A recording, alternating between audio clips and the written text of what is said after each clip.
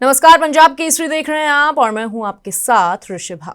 प्रधानमंत्री नरेंद्र मोदी का 2 दिवसीय इजरायल दौरा संपन्न हो चुका है। बुधवार यानी कि कल उन्होंने इजरायल की संसद नेसेट को संबोधित किया और ऐसा करने वाले वो पहले भारतीय प्रधानमंत्री बन गए। साल 2017 में उनके पहले इजरायल दौरे के बाद से दोनों देशों के रिश्ते एक नए स्तर पर पहुंच चुके हैं और इस बार दोनों देशों के प्रधानमंत्रियों के संबोधन में भी इन मजबूत रिश्तों की साफ झलक देखने को मिली है। प्रधानमंत्री मोदी से पहले इजरायल के प्रधानमंत्री बेंजामिन नेतन्याहू ने नेसेट को संबोधित करते हुए पीएम मोदी को दोस्त से बढ़कर भाई बताया। अपने भाषण में पीएम मोदी ने कई अहम बातें भी की। उन्होंने बताया कि उनका जन्म 17 सितंबर 1950 को हुआ था और इसी दिन भारत ने इजरायल को मान्यता दी थी। ये संयोग दोनों देशों के रिश्तों को और ज्यादा खास बनाता है। इसी बीच ट्रेड डील को लेकर भी लगातार चर्चा बनी हुई है। तो आज भारत इजरायल के मजबूत संबंध, फ्री ट्रेड डील पर भारत और इजरायल का रुख और साथ ही नेसेट में पीएम मोदी के संबोधन की अहम बातें, बड़ी हलचल पर इन्हीं में होगी चर्चा। और हमारे साथ जुड़ चुके हैं वरिष्ठ पत्रकार हरीश चोपड़ा। सर, स्वागत है आपका। सर, सबसे पहला सवाल तो भारत और इजरायल के संबंध अब एक नए स्तर पर पहुंचते हुए नजर आ रहे हैं। पहले से ही संबंध गहरे थे, हालांकि अब जहां इजरायल के पीएम भारत के प्रधानमंत्री को दोस्त नहीं भाई बता रहे हैं, तो इस दौरे को आप किस तरीके से देख रहे हैं? जो 2 दिवसीय दौरा प्रधानमंत्री का रहा है इजरायल का, कितना अहम माना जा रहा है?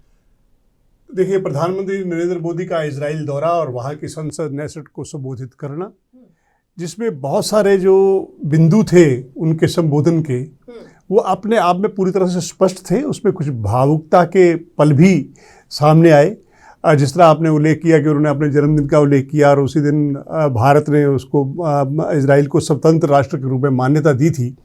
लेकिन मैं ये कहना चाहूँगा कि भारत और इजराइल के रिश्तों को इस मुकाम तक ले जाने में हमने बहुत साल बिता दिए हैं। भारत 1947 में जब स्वतंत्र हुआ तो यहाँ तक इजराइल को मान्यता देने का सवाल था। तब की सत्ता में या उस वक्त जो भी शासक थे, पंडित जवाहरलाल नेहरू की सरकार थी पहली, तो कुछ ना कुछ रिजर्वेशन सरकारों में रही। और प्रधानमंत्री नरेंद्र मोदी से पहले 2014 से पहले जितनी भी सरकारें आई, उनको बहुत सारा परहेज रहा कि कहीं भारत और इजराइल के रिश्तों को लेकर के यहाँ के अल्पसंख्यक जो लोग हैं उनमें नाराजगी ना पैदा हो जाए। तब भारत खाड़ी देशों पर तेल पर निर्भर करता था। खाड़ी देशों में भारतीय जा रहे थे और वहाँ उन्हें रोजगार मिल रहा था, तो बहुत सारी रिजर्वेशंस थी। और भारत ये भी नहीं चाहता था कि भारत कुछ इस तरह से पूरी दुनिया के सामने पेश हो कि वो पश्चिमी दुनिया का पिछलग्गू है या अमेरिका के इशारे पर चल रहा है, क्योंकि भारत उस समय गुटनिरपेक्ष के सिद्धांत पर चल रहा था। लेकिन 1950 में हमने उन्हें मान्यता दी, लेकिन हमारे जो पूर्ण राजनयिक संबंध थे वो काफ़ी बाद में बने हैं। यानी कि हमने 40 वर्ष बिता दिए और जाकर के 1992 में जो पूर्ण राजनयिक संबंध हमें वहाँ मिले जाके, तो ये बहुत बड़ी बात है कि हमने बहुत लंबा सफ़र तय किया। और आज ये भारत की बहुत बड़ी उपलब्धि है, भारत की बहुत बड़ी कूटनीतिक जीत है कि भारत और इजराइल संबंधों का एक काफ़ी हद तक एक विस्तार ले जा चुका है और दोनों ही देश एक तरह से रणनीतिक साझेदार बन चुके हैं।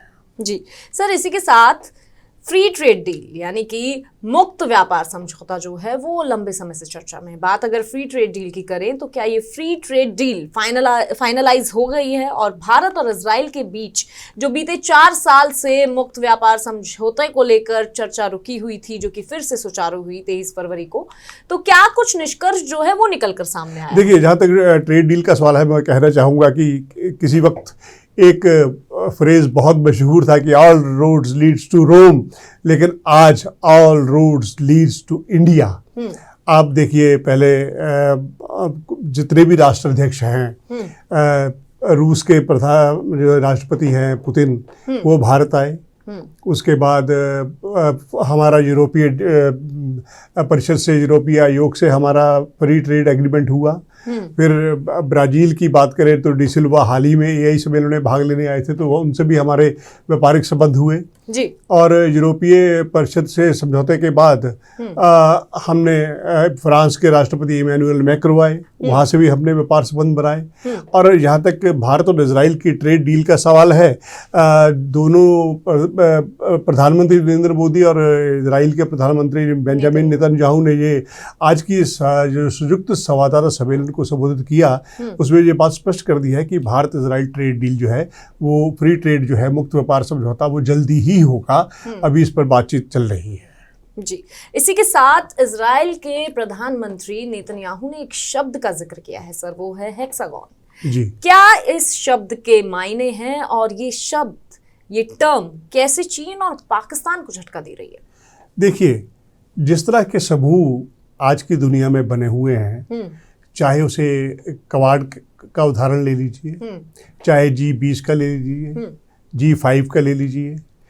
अब बेंजामिन नेतन्याहू ने जो शब्द का इस्तेमाल किया, उसका अभिप्राय जो है, एक हेक्सागोन, एक को षटकोण को कहते हैं, यानी कि उसमें 6 दिशाओं के लोग या 6 बड़े राष्ट्र उसमें हो सकते हैं। उसमें भारत, इजराइल, अमेरिका और ख़ास तौर पर खाड़ी देश, अरब के देश जो है, और उसमें कुछ दक्षिण अफ्रीकी देश या अफ्रीका कॉन्टिनेंट के देश भी शामिल हो सकते हैं। ये जो ऐलान हुआ है, ये जो धारणा, परसेप्शन सामने आई है, ये अपने आप में चीन और पाकिस्तान को परेशान करने वाली है। और कल पूरा दिन पाकिस्तान का मीडिया और चीन का मीडिया जो है वो इस शब्द को लेकर के व्याख्या करता रहा। और खास तौर पर पाकिस्तान के मीडिया का ये मानना है कि ये पाकिस्तान के लिए बहुत खतरनाक है, क्योंकि अब इजराइल को कहीं ना कहीं ये लगता है कि पाकिस्तान एक परमाणु संपन्न राष्ट्र है और संभव है कि वो परमाणु टेक्निक जो है वो कल को, जिसे हम कहते हैं कि इस्लामी बम कहते हैं या मुस्लिम बम कहते हैं, कहीं इसका इस्तेमाल ईरान को ना करने दे या ईरान को अपनी टेक्निक ना दे, क्योंकि इजराइल नहीं चाहता है कि ईरान जो है परमाणु संपन्न राष्ट्र बने, क्योंकि जिस दिन ईरान परमाणु राष्ट्र संपन्न बन गया, सबसे ज़्यादा खतरा जो है वो इजराइल को होगा। तो ये जो हेक्सागन है, अगर ऐसा समूह जिसकी परसेप्शन सामने आई है, अगर भविष्य में बनता है, तो पाकिस्तान और चीन के लिए बहुत बड़ा झटका होगा। पाकिस्तान तो पहले ही रोने लग गया है, और जहाँ तक चीन का सवाल है, उसकी भी कड़ी प्रतिक्रिया सामने आ सकती है। जी। इसी के साथ कल जब प्रधानमंत्री नरेंद्र मोदी इजराइल के नेसेट में अपना संबोधन दे रहे थे, तो उन्होंने अपनी जन्म तिथि यानी कि 17 सितंबर 1950 का जिक्र करते हुए साथ ही जिक्र किया है भारत की इजराइल को मान्यता का। तो ये संयोग जो है दोनों देशों के रिश्तों को और ज्यादा खास बनाता हुआ कैसे नजर आ रहा है, कैसे देख रहे हैं आप? देखिए, प्रधानमंत्री नरेंद्र मोदी में एक दक्षता तो है कि वो पर्सनल केमिस्ट्री कायम करने में उन्हें विशेषज्ञता हासिल है, मुझे लगता है। कल के संबोधन में जिस तरह से उन्होंने अपने जन्म तारीख का ऐलान किया, और आप देखिए कि बेंजामिन नेतन्याहू जो है प्रधानमंत्री से किस तरह एयरपोर्ट पर मिले, और उन्होंने अपनी पत्नी सारा से मिलवाया, और सारा की ड्रेस का जो उन्होंने उल्लेख किया, उन्होंने कहा कि मेरी पत्नी की जो केसरिया या भगवा ड्रेस है वो आपके रुमाल से जो उनके कोट के ऊपर टंगा हुआ था उससे मिलता जुलता है। और ये बहुत बड़ी बात है कि नेतन्याहू ने ये कहा कि we are the saffron countries, मतलब हम दोनों भगवा देश है। ये अपने आप में पर्सनल, और दोनों की एक ही कार में आना, और रात के वक्त जब डिनर, डिप्लोमेसी से कहते हैं, जब डिनर दिया गया प्रधानमंत्री को, तो बेंजामिन नेतन्याहू जो भारतीय परिधान में दिखाई दिए, उन्होंने एक जैकेट पहन रखी थी जिसे आमतौर पर भारतीय पहनते हैं। तो ये पर्सनल केमिस्ट्री जो है ये दोनों के बीच पहले भी बहुत अच्छी नजर आई है और इस बार भी बहुत अच्छी नजर आई है। सर, इसी के साथ कल अपने संबोधन में प्रधानमंत्री नरेंद्र मोदी ने फिलिस्तीन और इजराइल के संबंधों को लेकर, जो भारत के संबंध है दोनों देशों के साथ, इस पर एक बहुत ही महत्वपूर्ण टिप्पणी की है। क्या कुछ वो टिप्पणी रही है और उसको आप किस नज़र से देख रहे हैं? देखिए, भारत परंपरागत रूप से फिलिस्तीन राष्ट्र का हमेशा से समर्थक रहा है, लेकिन दूसरी तरफ भारत आतंकवाद को लेकर के भी उसका रवैया स्पष्ट है कि आतंकवाद के प्रति जीरो टॉलरेंस अपनाता है भारत। लेकिन भारत एक शांति दूत भी है, भारत शांति का संदेश देने वाला एक देश है। अब प्रधानमंत्री नरेंद्र मोदी ने जब यहाँ तक ये कहा कि हमास के हमले में जो इजरायली नागरिक मारे गए, उनके दर्द का भारत को एहसास है, आतंकवाद को किसी भी तरह से सहन नहीं किया जाएगा, जीरो टॉलरेंस की नीति का जीरो टॉलरेंस की नीति होगी। ये बात बिल्कुल सही है कि भारत खुद क्योंकि आतंकवाद से पीड़ित रहा है, इसलिए वो आतंकवाद का समर्थन कभी कर ही नहीं सकता। और यहाँ तक गाजा शांति पहल का सवाल है। देखिए वही बहुत बड़ा इशू है। विपक्ष ये बात कर रहा था कि प्रधानमंत्री को गाजा में जो कार्रवाई की है, जो आर्मी एक्शन इजराइल ने किया है, वो भी कहीं ना कहीं दुनिया की नज़रों में आलोचना का विषय रही है, उसका उल्लेख भी करें। लेकिन प्रधानमंत्री ने बड़ी सतर्कतापूर्ण, बड़ी सावधानीपूर्वक से अपनी प्रतिक्रिया देते हुए गाजा की जो स्थिति है उसको, गाजा की शांति पहल जो संयुक्त राष्ट्र के पहल पर मानी गई है, उसको पूरा समर्थन देने का ऐलान किया है। यानी कि भारत जो है वो गाजा में शांति स्थापना, गाजा के पुनर्निर्माण, और क्योंकि विध्वंस के बाद एक नया सृजन करना पड़ता है, ये बहुत अपने आप में बहुत चुनौती होती है और भारत उसमें सहयोग देने को तैयार है। इसलिए प्रधानमंत्री ने बड़े ही कूटनीतिक स्तर पर दोनों ही फिलिस्तीन से भी अपने संबंधों को लेकर के भी, और जहाँ तक इजराइल से हमारी दोस्ती का सवाल है, दोनों में बड़ी सावधानीपूर्वक और सतर्कता से संतुलन कायम करने की कोशिश की है। ये अपने आप में बड़ी बात है। जी, इसी के साथ एक आखिरी सवाल सर आपसे लेंगे कि अमेरिका के राष्ट्रपति डोनाल्ड ट्रंप का एक बयान बहुत तेजी से सोशल मीडिया पर बीते 2 दिनों से वायरल हो रहा है। वो बात यह है कि उन्होंने ऑपरेशन सिंदूर के दौरान भारत और पाकिस्तान के बीच सीज फायर कराने का जिक्र करते हुए ये कहा है कि सीज फायर कराने में उनका बड़ा योगदान रहा है, और पाकिस्तान के पीएम जो हैं शहबाज शरीफ, उन्होंने उनसे ये कहा है कि अगर वो ऐसा नहीं करते तो शहबाज शरीफ अल्लाह को प्यारे हो जाते। इतना ही नहीं, ट्रंप ने ये भी कहा कि साथ ही साथ 3.5 करोड़ लोगों की जानें भी जाती। किस तरीके से आप इस पूरे बयान को देख रहे हैं? देखिए, प्रधानमंत्री के दौरे के दौरान ही डोनाल्ड ट्रंप का ये बयान आया। डोनाल्ड ट्रंप के अगर बयान को देखा जाए, वो 8 युद्धों को रुकवाने का दावा तो बार बार कर रहे हैं, और कई बार उनके अनर्गल बयान भी सामने आए कि पहले उन्होंने कहा कि भारत के 2 राफेल जेट गिरे या बहुत महंगे विमान गिरे, कभी उन्होंने 11 कहा। उनकी बातों पर ज़्यादा, क्योंकि वो अस्थिर मानसिकता वाले व्यक्ति नज़र आते हैं आजकल। लेकिन यहाँ तक ये कहा कि अगर वो युद्ध नहीं रुकवाते तो पाकिस्तान के प्रधानमंत्री शहबाज शरीफ की मौत हो जाती, और अगर मैं ना होता तो 3 करोड़ से ज़्यादा लोगों की। ये अपने आप में पाकिस्तान की बेबसी का परिचायक है, बेबसी को प्रदर्शित करता है। इसका अर्थ बिल्कुल स्पष्ट है कि पाकिस्तान में दम नहीं रहा था ऑपरेशन सिंदूर के दौरान। और सबसे बड़ी बात यह है कि शहबाज शरीफ ने ही उनसे आग्रह किया होगा कि भैया हमें बचाओ, नहीं तो हम तो मारे जाएंगे, तब जाकर के उन्होंने किया। फायर करवाओ। हाँ, यहाँ तक पाकिस्तान का सवाल है। पाकिस्तान इस दौरे से चिढ़ा बैठा है प्रधानमंत्री नरेंद्र मोदी के, और अब बात तो चल रही थी कि आयरन डोम की रक्षा में अब बहुत सारा ब्यौरा सामने आएगा, क्योंकि बहुत सारे महत्वपूर्ण समझौते दोनों देशों में हुए हैं।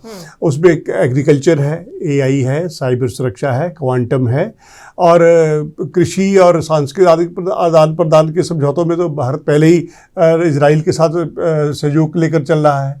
और इजराइल का जो सिंचाई सिस्टम है, स्प्रिंकलर सिस्टम है, वो इजराइल की ही खोज है। दरअसल इजराइल को रेगिस्तान में भी पैदावार करने में महारत हासिल है, और हम पहले ही उनसे बहुत सारी टेक्निक ले चुके हैं। जल शुद्धि के मामले में भी उनका समुद्र कितना उसका पानी मीठा है कि आप उसका बिल्कुल पी भी सकते हो आप।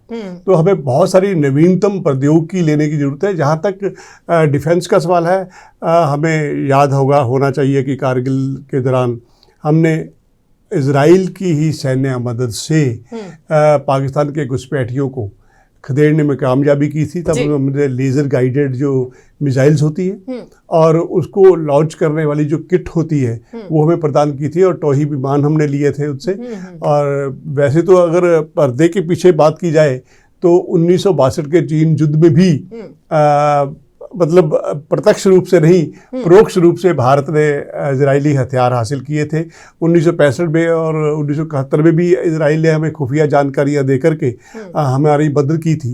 लेकिन अब सब कुछ जो है वो जिसे आप कहते हैं कि सार्वजनिक हो चुका है पूरी दुनिया के सामने। अब भारत इजराइल संबंध अब कोई छिपे नहीं रहे और इसका श्रेय नरसिम्हा राव सरकार को भी जाता है, क्योंकि नरसिम्हा सरकार ने ही भारत इजराइल संबंधों के संबंधों को पूरी तरह से लाद दिया। मुझे याद है कि जब मोरारजी देसाई की सरकार बनी थी और अटल बिहारी वाजपेयी उसमें तत्कालीन रक्षा मंत्री थे, तब इजराइल के रक्षा मंत्री को दिल्ली हवाई अड्डे से लौटा दिया गया था।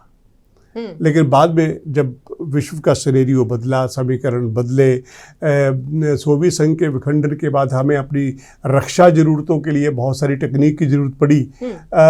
देखिए, राजनीति में और कूटनीति में कोई दुश्मन नहीं होता, कोई दोस्त नहीं होता। जो दुश्मन होते हैं वो दोस्त बन जाते हैं। ये सिलसिला राजनीति में वैश्विक समीकरणों के साथ चलता रहता है। अब जो नया वर्ल्ड ऑर्डर बन रहा है उसमें भारत का बहुत बड़ा महत्व है। भारत अब ऐसा देश नहीं है कि जो किसी भी बात को स्वीकार कर ले या किसी के दबाव में आ जाए। भारत अब निर्देश देने वाला राष्ट्र बन चुका है। और 2014 के बाद प्रधानमंत्री नरेंद्र मोदी ने जिस तरह से अपना रुख में परिवर्तन करते हुए, चाहे वो खाड़ी देश हो, चाहे वो यूरोपीय देश हो, चाहे वो इजराइल हो या बहुत छोटे छोटे देश हो, उनसे संबंधों को महत्व दिया है।